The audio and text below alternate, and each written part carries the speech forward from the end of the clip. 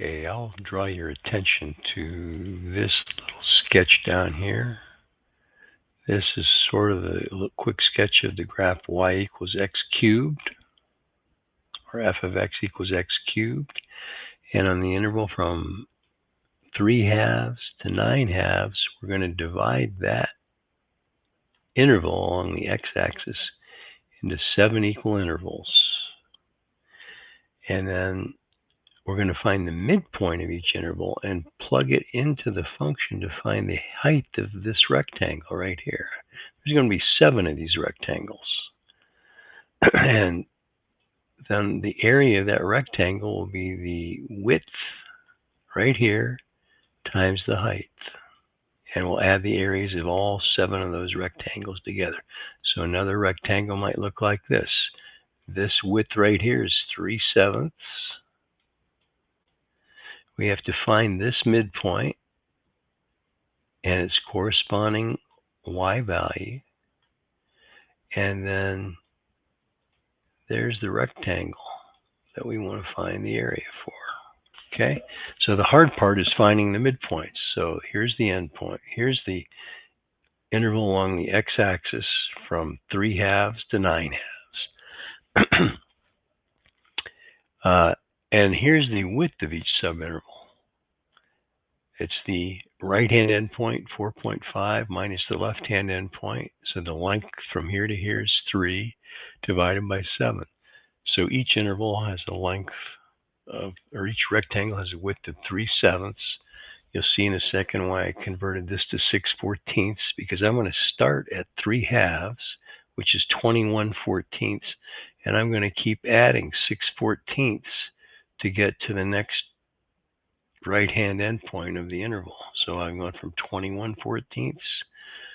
Another 6/14 takes me to 27 and 33, 39, 45, 51, 57, and finally 63/14. Okay, and once you have those specified, you can find the midpoint by finding the average of the endpoints. So we're just going to add the 21 and the 27, get 48. Half of that is 24. So there's your first midpoint that you're going to plug into the function to get the height of the rectangle. And so your typical first rectangle is going to look like that. 24/14 cubed times 3/7.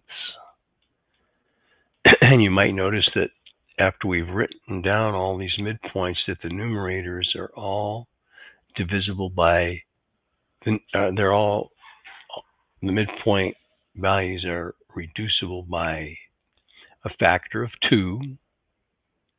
The 14ths all become 7s. Half of 24 is 12, and so on. Okay, so how do we find the area of the first rectangle?